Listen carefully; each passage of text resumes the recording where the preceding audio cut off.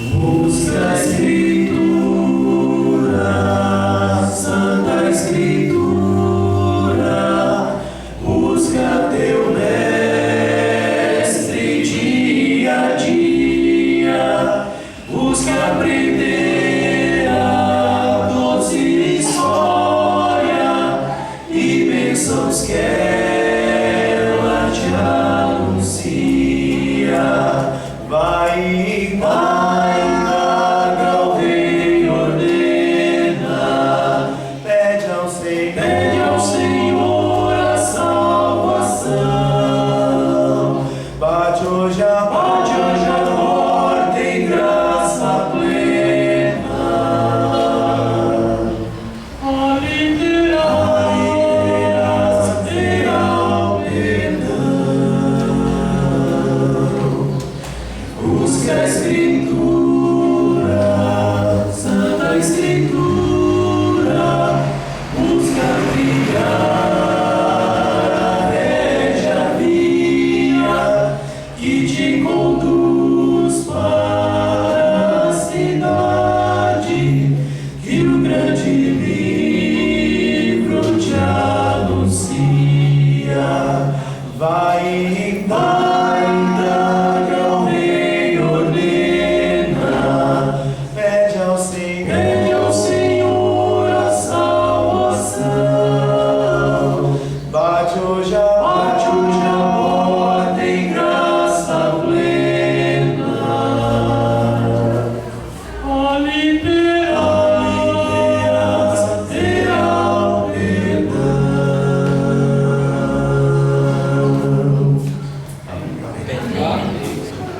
Feliz sábado, irmãos. Com prazer e alegria de estar aqui mais uma vez aqui. Eu vim aqui, eu acho que foi no começo do ano, se não me engano, né? E não esperava ser convidado, né? Mas acharam, então, depois você fala que convidou, viu? Espero que tenha falado que convidou. Nessa manhã, eu estou muito feliz porque estou vindo contar um testemunho que aconteceu aqui mesmo, né? Algumas coisas que aconteceram na vida começaram a acontecer na primeira vez que eu vim aqui esse ano. O Senhor tem feito algumas coisas, me colocou em algumas situações, me tirou. Eu dei um testemunho da minha filha, da Camila, e ela estava tentando entrar no colégio adventista, né, para estudar. E hoje, graças a Deus, ela já estuda. Ela recebeu um milagre, ganhou 50% de desconto, né? E agora, esse semestre agora, ela vai fazer não só bacharelado, mas também vai fazer licenciatura, né? O Senhor concedeu isso. E também uma outra enteada minha também, que estava fora, voltou para o Senhor, se batizou, arrumou trabalho no colégio adventista e está estudando também lá. O Senhor fez grandes coisas na minha vida neste ano, mas foi um ano também que eu fui chamado a ser convidado a andar pelo vale. E quando nós somos convidados a uma missão, há um grande receio da nossa parte. O que vai acontecer? O que eu vou fazer? E qual será o resultado? E essas três coisas não cabe a nós saber. Cabe a nós executar uma missão que o Senhor nos chamou. E nesta manhã eu tenho algumas coisas para falar. Eu não vou dizer para você que a palavra de Deus ela é dura, não. A palavra de Deus nunca foi dura. O coração do homem é duro para receber a sua palavra. Mas a palavra de Deus ela é boa, agradável e santa aos que têm um coração agradável, santo e justo diante de Deus. Mas quando nós não temos um coração justo diante de Deus, a palavra é muito dura. A palavra ela não é aceitável. Porque quando nós temos um coração voltado aos céus, a palavra que vem do céu ela é ruim? Não. Então se você chegou um dia a comentar que a palavra é dura, é porque justamente você estava fora do céu. Mas quando você está em direção do céu, a palavra de Deus ela é boa, sustentável para a nossa vida. Amém? Amém. Irmãos, no começo do ano, fui convidado para participar do acampamento desbravador, né? O sócio dos desbravadores, aí convidado para ir. E eu fui eu, Ricardo, né? E na volta começou a minha agonia. O acampamento foi uma coisa tremenda, foi uma coisa divina. Eu aprendi muita coisa naquele acampamento.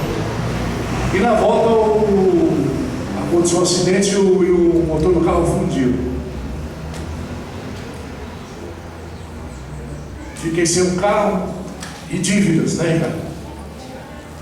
Fiquei com 6.200 e pouco de dívidas e sem trabalho. Como é que faz isso, né? E a gente trilhou uma jornada muito difícil no meu lar, minha esposa. Ainda bem que o Senhor me deu uma companheira muito sensata, muito sensata. E quando eu pensava aí, ela falou, não é assim não. Confia em Deus que as coisas vão se acertar. Quando eu ousava falar, não fale, se aquieta, você não sabe o que está acontecendo. Então vamos ver no final. O final da história é, eu comecei a frequentar também o culto da mata, lá em Capão Redondo, na Unasp. Até o Ricardo foi comigo uma vez, e foi nesse dia, se não me engano, que as coisas começaram a entrar nos eixos. O irmão chegou e disse assim, olha, o irmão veio aqui desesperado. Aí eu chorei naquele dia, chorei aos pés do Senhor, falei, Senhor, eu não sei o que está acontecendo. Se eu tiver em pecado, o Senhor me fala, né? Que aí a gente vai ver, a gente vai pedir perdão, vai fazer qualquer coisa para ajustar. E esse irmão falou assim, olha, quando você chegar na sua casa hoje de manhã, quando sair daqui, você vai ter uma surpresa. E eu saí de lá, vim para minha casa, aí um irmão chegou na minha casa no domingo, aí ele falou, não, Marcos, depois a gente conversa. Aí na terça-feira ele veio e falou assim, ó, Marcos, o Senhor mandou falar para você que os R$2.000 que você devia para mim, você não me deve mais. Porque o Senhor falou para mim que não era para você pagar, que Ele ia pagar isso para mim. Isso foi uma das coisas. E o Senhor me levou a trabalhar com o pessoal da Adventista lá no Unasp. Hoje, graças a Deus, eu devo, acho que 6 ou 7% daquilo que eu devia. Porque o Senhor foi bom e fiel. E eu também pude suportar a minha aflição. E o que eu aprendi nisso é que nós somos convidados a participar de um reino. Vamos abrir a Bíblia lá no livro de Apocalipse.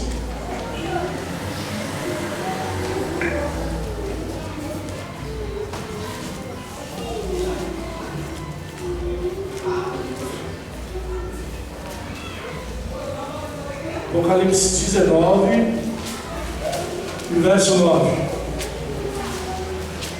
Nós somos convidados, e você foi convidado a ser participante de uma festa tremenda. Mas, para chegar a essa festa, existem requisitos que nós precisamos ter. Amém? Então me falou o anjo, escreve, bem-aventurado aqueles que são chamados à ceia das bodas do Cordeiro. E acrescentou, são estas as verdadeiras palavras de Deus. Prostei-me ante os seus pés para o adorá-lo. Ele, porém, me disse, vê, não faças isso. Sou conservo teu e dos teus irmãos, que mantêm o testemunho de Jesus. Adora a Deus, pois o testemunho de Jesus é o espírito de profecia. Amém? Amém. Irmãos, em Mateus 28, Jesus reúne os seus discípulos e disse, ide e pregai o evangelho a toda criatura.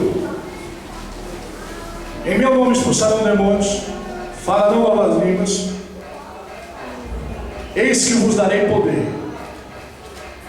E eu quero me atentar em uma coisa muito interessante que acontece na nossa vida. O reino de Deus é transformação não só de caráter, mas transformação de vida que vem do caráter transformado.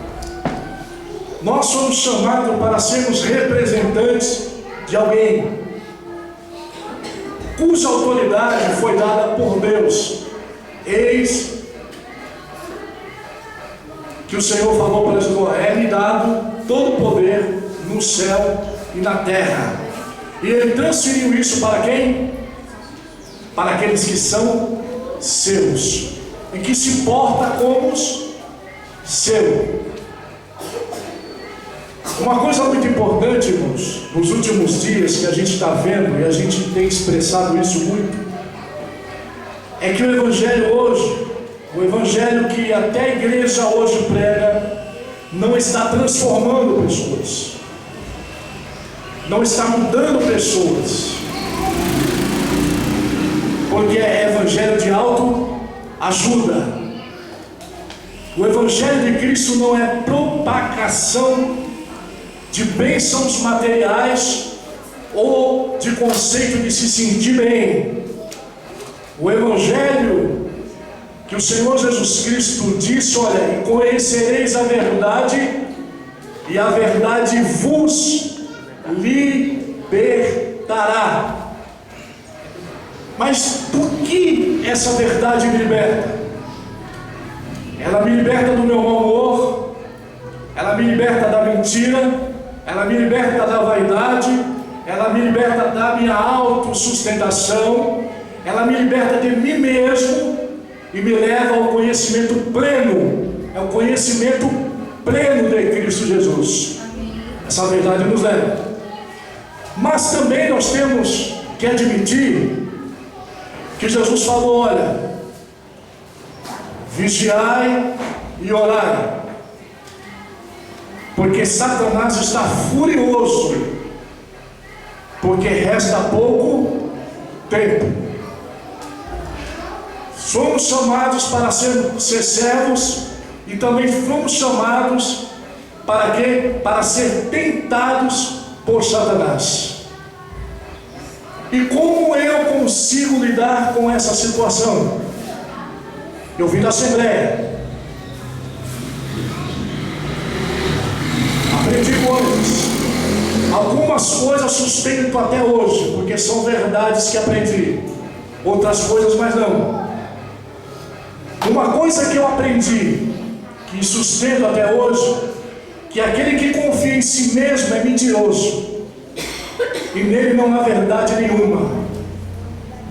E uma coisa que Satanás faz muito bem é nos seduzir com falso conhecimento de espiritualidade. Eu vou ler uma história que aconteceu com um servo de Deus, por nome Josué. Foi dada uma grande missão para ele, não foi?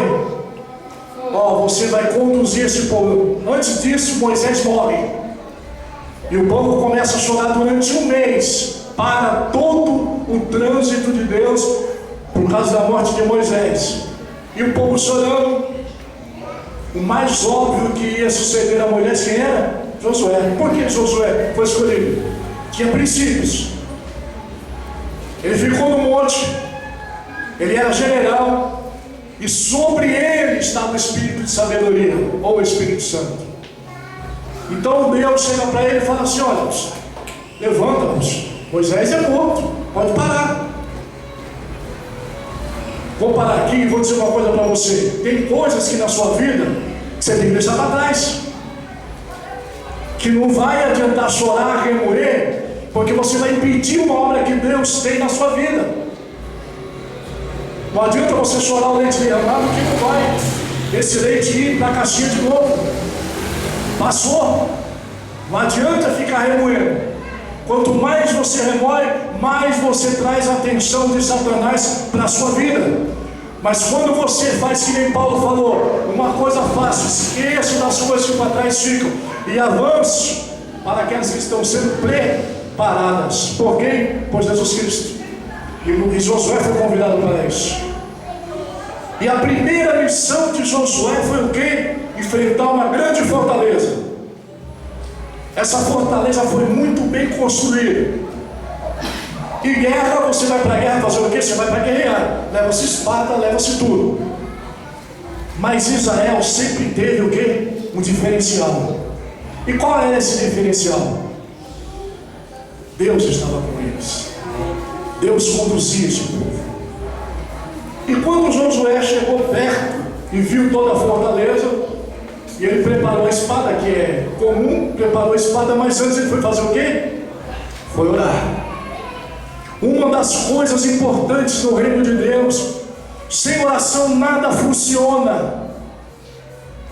Sem apresentar a Deus os nossos projetos, ou as coisas que temos que fazer em oração, nada funciona. E eu aprendi a grosso modo. E Josué está orando e de repente aparece quem? Um príncipe dos exércitos de Deus. Quem era? Jesus Cristo. Josué estava numa guerra. Na guerra você não vacila. Na guerra você não fica com a espada embaiada. Quando aparece alguém, você tira a espada. E Josué tirou a espada e perguntou: és tu um dos nossos ou dos nossos inimigos? Aí Jesus se apresenta: veio como príncipe dos exércitos para falar contigo. Não se entra numa batalha sem antes ouvir o que Deus quer falar conosco. Não se vai a uma guerra despreparado. Não se vai para uma batalha sem ter armas que Deus te dê. E Deus queria dar a Josué algumas armas. As armas de Josué, o que é? Era a espada, era carnal. Em 2 Coríntios 10:3 diz assim: ainda que militamos na nossa carne, mas as nossas armas não são carnais, mas são espirituais. E eu só consigo armas espirituais quando eu estou com quem? Quando eu estou servindo ao Senhor Jesus Cristo. E Josué vai e caminha.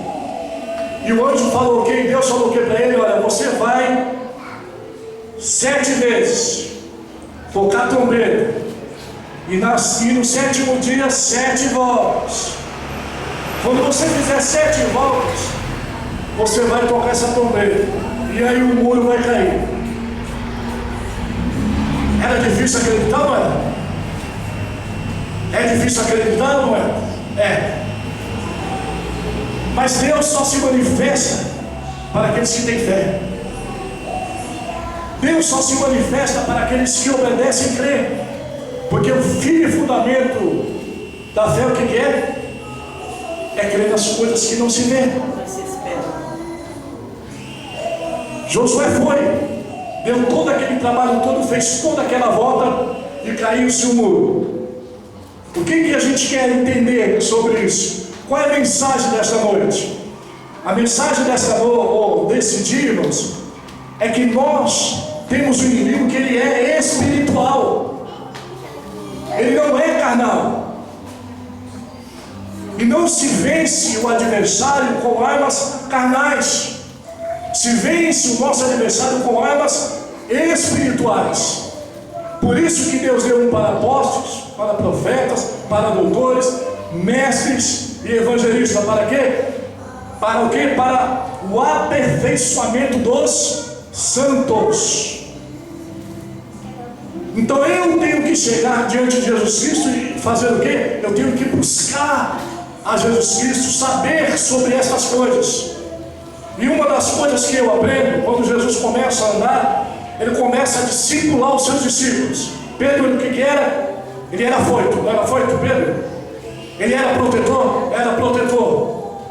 Ele era afoito e protetor. E ele era o quê? Ele queria sempre ser mais do que os outros. Mesmo andando com Jesus, ele fez isso. Mesmo andando com Jesus, ele queria proteger Jesus. Mesmo andando com Jesus, ele queria saber mais do que Jesus. Mesmo andando com Jesus, ele queria ordenar quem ia se sentar do lado direito e do lado esquerdo. Esse é o Pedro. Quando Jesus morre, Jesus recebe o Espírito, ou Pedro recebe o Espírito Santo, o que acontece? Nós aprendemos 3.000 almas, só na primeira conversada dele. O que aconteceu com Pedro? Morreu o velho Pedro e nasce um Pedro cheio do Espírito Santo. E é o que o Espírito Santo quer para a igreja de hoje, dos últimos dias. Coisa que não está acontecendo, sabe por quê? Porque nós não queremos deixar que Jesus Cristo nos transforme. Percebe-se hoje em dia que nós cometemos os mesmos pecados todos os dias. Estou mentindo? Não. Os mesmos erros todos os dias, por quê? Se lá no livro de João diz que o Senhor, Ele cuidará para que nós não tropeçamos em nenhum pecado. E por que acontece isso conosco? Porque estamos fora da visão de Deus para a igreja. A visão da igreja hoje mudou. A visão da igreja hoje está muito mais preocupada com o reino financeiro do que com o reino espiritual. A igreja se preocupa muito com eventos do que com vida de oração e jejum. A igreja se preocupa muito com o estereótipo do que com o interior. Jesus disse: olha, vocês são sepulcro caiado. Tem toda uma beleza, tem toda uma escritura, mas na hora de pôr a mão na obra, vocês são fracasso. E para vergonha nossa, nós fazemos parte desse grupo, porque nos preocupamos conosco, dobramos os nossos joelhos para pedir para nós. Daniel orou e disse: Senhor, pecamos. Ele não pediu para ele se incluiu no meio. E Daniel pecou? Não. Mas ele, como nação israelita, viu toda a degradação moral, ele se coloca no meio, porque ele não era indiferente com a situação do povo. E nós hoje, nós somos indiferentes com a situação dos nossos irmãos.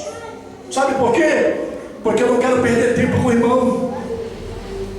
Eu não quero investir na vida de uma pessoa 2 horas, 3 horas, 4 horas, 5 horas, 1 ano, 10 anos, 30 anos. É mais fácil descartar. É mais fácil perder aquela pessoa do que cultivar essa pessoa. E nós somos chamados para fazer o quê? Ser semeadores. As armas de Deus não são carnais. Não é do seu jeito que o reino de Deus funciona. Não é da nossa maneira que o reino de Deus funciona. O reino de Deus funciona da maneira que Deus escreveu e disse. Não é o que você acha, não é o que você pensa ou deduz, mas é o que a Bíblia mostra para você. A Bíblia diz o que? Para nós amarmos uns. Mas se tem contenda entre vós, porventura não são carnais? Lá em 1 Coríntios capítulo 3, dizendo: eu sou de Paulo, eu sou de Cefas, porventura não sois carnais? A igreja se tornou carnal, sabe por quê? Porque defende interesses próprios. E a igreja não foi chamada para defender interesses próprios, foi chamada para defender reino. E o reino é de Deus. E quando você defende o reino de Deus, acontece o quê? Uma unificação. E essa unificação a gente vê na igreja primitiva. Porque Satanás não teve poder sobre a igreja primitiva, sabe por quê? Porque era uma igreja que orava, era uma igreja que jejuava, era uma igreja que compartilhava um com os outros as suas necessidades. Mas hoje nós vemos que Satanás está nos enganando. Por quê? Porque nós não lemos, nós não estudamos a palavra e nós não praticamos esta palavra que pregamos. Às vezes chegamos aqui no púlpito, pregamos, mas quando chega lá embaixo, despregamos tudo que pregamos. Sabe por quê? Porque é bom falar para os outros se transformar, mas você mesmo não quer ser transformado. E o reino de Deus não vai aceitar você da maneira que você é, ou da maneira que eu sou. O reino de Deus, ele vai transformar você da maneira que o reino de Deus quer, senão você não participa. Essa é uma verdade absoluta, implícita na palavra de Deus. Sede meus imitadores, filhinhos. O pai dá esse conselho: sede meus imitadores. Paulo se coloca e diz assim: olha, imitai a Cristo, ou imitai a mim, como imitei a Cristo. Paulo se colocou numa posição tão tremenda que ele fala: imitai a mim, que já é o suficiente. Porque ele parecia com Cristo. Lá no livro de Gálatas, ninguém me julgue, porque trago comigo as marcas de Cristo Jesus, tanto fisicamente como espiritualmente. Ele trouxe isso. E a igreja é convidada a viver o reino espiritual, não o reino carnal. Hoje, me diz uma coisa aqui: quem de nós hoje aqui, quando leva um insulto, não revira? Quando é insultado, já não quer descontar na hora. Quando provocado, já não se ira. Como nós vamos herdar o reino de Deus, irmãos? Não vamos herdar. Jesus falou: como ovelha muda foi levada ao matador, e não abriu a sua boca. Isso é transformação. Mas isso dói em mim, sabe por quê? Não, porque se eu não falar eu morro, se eu não falar, morra, mas não vale. Chore por dentro, chore a sua mágoa por dentro em Cristo Jesus, mas não decepcione aquele que te chamou para a sua graça. Não decepcione o Espírito Santo que está em ti.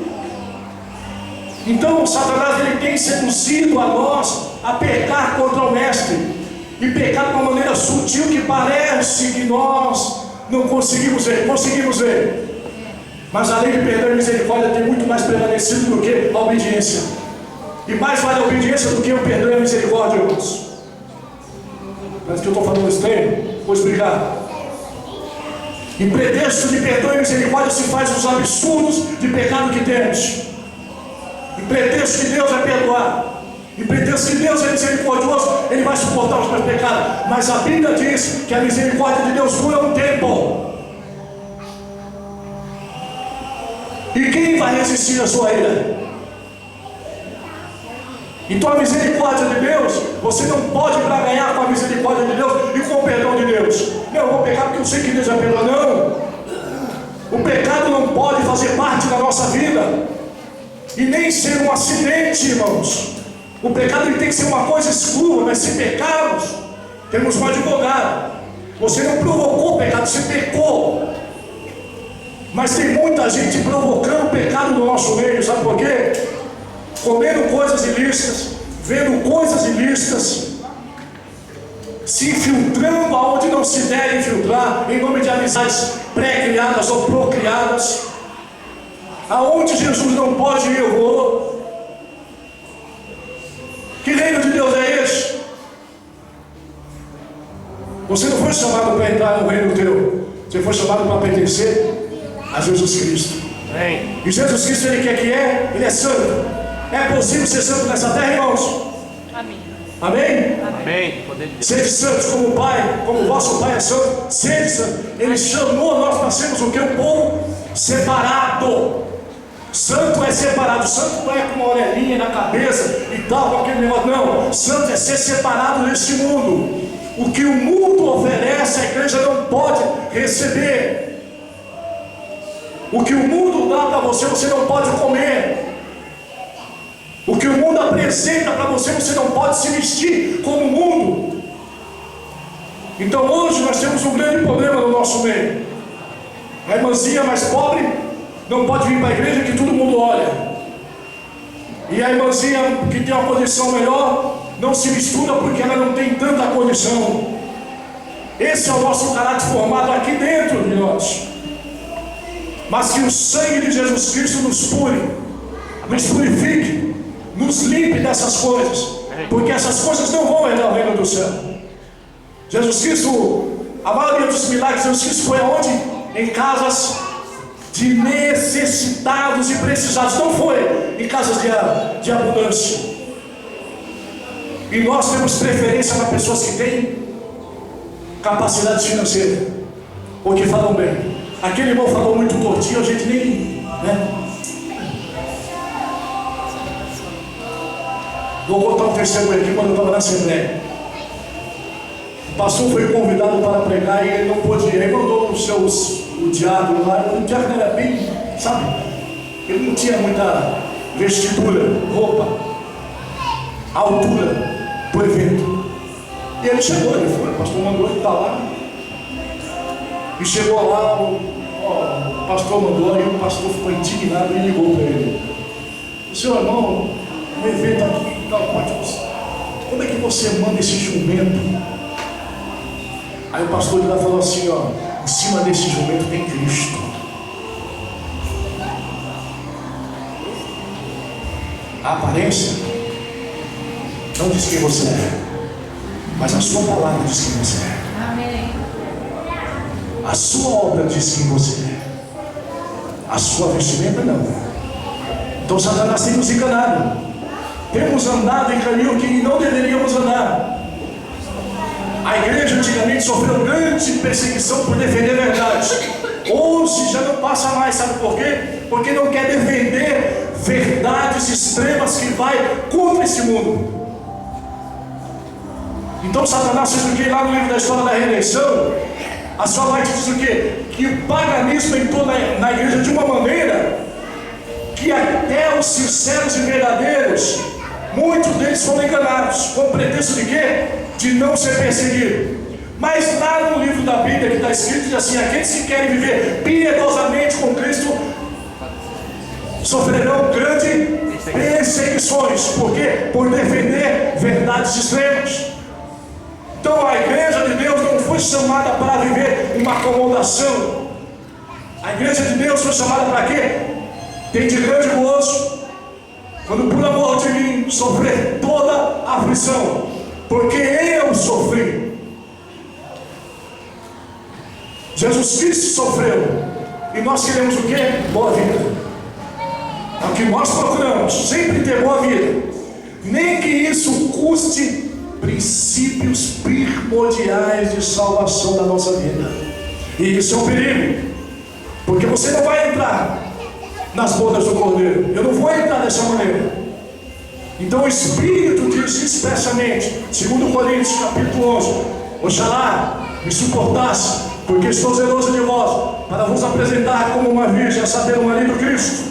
Mas temo que alguns se desviem da simplicidade que há em Cristo, e dando a ouvidas e doutrinas de demônios. É o que nós estamos ouvindo. É o que está acontecendo com a igreja. A igreja, ela era para ser mais avivada? Era. A senhora vai te falar isso. Mas por que nós não estamos recebendo avivamento? É porque a chuva será? Não. Mesmo quando não tinha chuva temporã, Elias era avivado. Enoque era avivado. Os profetas eram avivados, sabe por quê? Porque tinham contato com Deus. Hoje nós estamos esperando uma chuva serode. Eu não espero chuva serode, ela vai acontecer. Mas quando ela acontecer, eu tenho que estar avivado para ser reavivado por ela.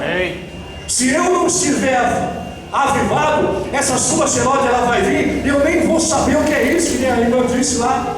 Então eu preciso manter o contato com meu Deus. E quando eu mantenho o contato, eu preciso voltar o quê? A igreja de capítulo 2, 3 e 4 de Coríntios, ou de Atos. Tinham tudo em comum, e ninguém ousava dizer que era particularmente seu. Sabe por quê? Porque o Espírito Santo trabalhava no meio deles. E hoje o Espírito Santo deixou de trabalhar no nosso meio. Sabe por quê? Por causa do nosso individualismo. Nós somos individuais, para a vergonha nossa e para a alegria de Satanás. Mas vai-se ter um preço a pagar por tudo isso que nós estamos fazendo. Espero que o Senhor nos perdoe e que nós busquemos esse perdão. Mas lembre, o reino de Deus não é com suas armas. O reino de Deus não é com sua vontade. Um certo dia eu vi um camarada dizer assim para mim, ele é meu amigo, trabalha comigo, ele é da Assembleia, 6 anos junto. Ele disse: Marco, Deus vai dar um jeitinho de me salvar. Eu falei: um jeitinho dá no inferno. No céu não tem jeitinho.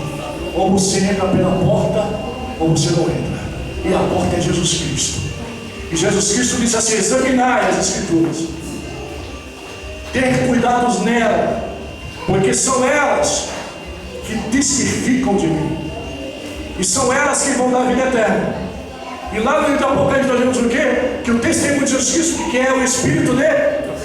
E o que nós estamos fazendo hoje? Desprezando a profeta White, chamando ela de quê? De escritora. Escritor, qualquer cabra safado sem vergonha pode ser. Profeta não. Profeta tem que ser chamado por Deus, tem que ser levantado por Deus e ter unção de Deus. Qualquer um pode levar uma Bíblia, qualquer um pode pregar o Evangelho, mas falar a verdade são poucos que foram chamados para viver isso. E nós somos chamados para viver intensamente o Evangelho, viver com intensidade. E essa intensidade custa um preço muito grande, mas esse preço é bom de se pagar. Sabe por quê? Quando você está quase, o Senhor vai lá e esclarece tudo para você. Olha, sabe por que você passou por isso? Por causa disso. O Senhor falou isso para mim. Quando eu estava ali, eu disse no meu coração, chamei a minha esposa, reuni ela, e eu falei assim: olha, eu não vou ser assim. Por que eu estou passando por isso? Eu não posso. Como é que eu vou testificar disso? Aí a minha família falou: para, vamos olhar. A gente orou, aí o Senhor me deu a palavra, dizendo assim: eu sendo Deus, tive fome. Eu sendo Deus, não tive aonde entrar na minha cabeça. Porque você parei de reclamar. Porque por mais que eu tenha sofrimento, ou que você tenha sofrimento, não vai ser comparado ao sofrimento de Cristo Jesus. E Ele fez isso, sabe por quê? Porque te ama, porque nos ama, e Ele quer você no céu com Ele. Mas Ele quer que você mude os seus princípios, mude a sua mente, mude o seu caráter, se for por isso. Às vezes a gente fala assim, eu tenho duas meninas, uma menina está em fase de namoro, tem 18 anos, a Camila. E raramente eu converso algumas coisas. E ela veio conversando com eu preciso arrumar uma namorada. Eu falei: vamos lá. Uma namorada que seja servo de Deus, pelo menos, que tenha a mesma fé. E aí apareceu um camarada lá e tudo. Daí ela falou: e aí? Eu falei: não sou juiz de ninguém. Vamos orar, vamos oração, hein? A oração resolve tudo, irmãos. Joelho no chão, irmãos, melhor remédio para o cabo. 3 dias o camarada sumiu. Ô Camila, cadê o cabo? Deu uma discussão aí, mandei ele embora, não deu certo. As coisas acontecem na sua vida, na sua família, quando você ora, quando você dobra o joelho. E alguns irmãos nossos perderam esse costume de orar, de jejuar. Por isso Satanás tem vencido, tem aumentado. Por isso que os nossos namoros hoje parecem prostituição do que namoro. Por isso que o namoro adventista hoje está sendo muito criticado. Sabe por quê? Porque o namoro, o que é? Existe namoro? A palavra namoro não existe. Existe a palavra casamento. Deus deu casamento. Não foi namoro. Namoro foi inventado por quem? Por Satanás. Sabe por quê? Porque um pré-namoro é uma pré-atitude sexual. Se beijam e faz carícias e a mão vai aonde não se deve. Tudo em nome de Deus. Conversa. Tudo no nome da sua carne, da nossa carne. Porque Deus, Ele é santo. E quando nós nos portamos assim, estamos chamando o que para a nossa vida? Hein, irmãos? Chamamos Satanás para a nossa vida. Essa é uma verdade. Mas quando a moça, ela se porta que nem Esther, quando a moça se porta que nem Ana, que nem Maria, a bênção de Deus vem sobre ela. Amém. Sabe por quê? Porque Deus prepara coisas boas para os céus e para os servos de Deus que esperam confiante nele. O Senhor prepara. Então, igreja, fomos convidados para viver o quê? Santidade, pós-modernidade. Difícil, mas é possível em Cristo Jesus. Amém. Tudo é possível naquele que crê. Não está escrito? Filipenses 4:13. Posso todas Ah, eu não posso deixar de comer carne. Mentira sua, você pode. Ah, eu não posso tomar café. Mentira sua, você pode. Ah, você pode. Posso todas as coisas daquele que nos fortalece. Quem é que te fortalece? Cristo Jesus.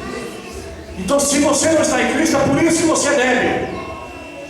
Você vai tomar mais leitinho, mas quando Jesus te chamar para ser adulto, você vai ver que Deus ele vai te revelar muitas coisas, coisas grandes e firmes que você ainda não sabe.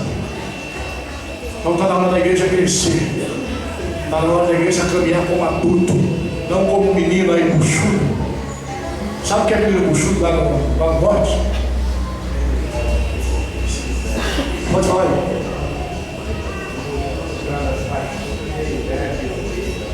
Está com a barriga cheia, mas está tudo podre por dentro. Alguns de nós, infelizmente, estamos cheios de conhecimento, mas tudo podre. Está apodrecendo a nossa vida, porque não praticamos, porque não fazemos. Então seja um menino saudável, venha ser adulto. 1 Coríntios capítulo 3, olha, quando eu era menino, eu andava como menino, agia como menino, decorria como menino. Mas quando eu passei a ser adulto, você veio para a igreja de Deus para ser adulto, não foi para ser menino. Eu parei com as coisas de menino, ainda que eu tenha idade de menino, mas eu vou portar como adulto que nem Davi se portou diante de Golias. Vou se portar como o Tiago se portou diante da adversidade. Era menino, era jovem, mas se portou como era adulto. Então se porte como adulto na casa de Deus, no reino de Deus, e com certeza Deus trará você para uma responsabilidade maior. Qual a responsabilidade que Deus tem para nós? Eis que te farei como coluna na minha casa. É isso que Deus quer. Ele quer que você seja coluna forte e que outros possam se apoiar em você, para que eles vejam essa coluna como uma coluna de Cristo, que foi fundamentada por Cristo, e você seja esse exemplo para eles. Amém. Amém? Então o reino de Deus não é comida nem bebida, mas é gozo, paz e alegria do Espírito Santo. Tem esse gozo, tem essa alegria, e Cristo Jesus continuará nos abençoando a cada um de nós, se nós pertencemos a esse reino. Amém, queridos? Desculpa o tempo aí, mas foi necessário. Eu sempre tenho o costume de dizer assim: eu não preparo o sermão, porque toda vez que eu preparo o sermão dá errado. Toda vez que eu vou preparar um sermão, eu venho, sermão, está aqui, ó. Está aqui, ó. Sermão preparado. Até anotar os negócios, mas Deus mudou a conversa. Agora, como Deus muda a conversa se você não ler? Fica complicado, então você fica limitado àquilo que você escreveu, porque você não lê. E Jesus falou aqui que ele vai gravar o quê? Nas tábuas do meu coração, a palavra dele. Ele disse isso. Não foi em papel, foi na tábua do nosso coração. É obrigação nossa gravar, ler, entender, porque essa palavra escrita vai ser tirada, e tomara que seja logo, porque quando for tirar nós temos certeza que Jesus já está breve voltando. Então em alguns lugares essa palavra está sendo tirada, alguns lugares não se pode falar essa palavra. E como é que vai falar de Cristo? Então você precisa ter gravado no coração. Isso não é vaidade não, isso é necessidade espiritual para todo servo de Deus, para combater as astutas ciladas do diabo. Então irmãos, aprendam nessa manhã. Vim aqui como servo de Cristo, não para receber um ou aquele outro, mas para falar uma verdade implícita dentro do Evangelho. O Evangelho é poder de Deus para aquele que vive. Amém. Amém? E que Deus continue nos abençoando. O Catito vai cantar mais um aí. Amém?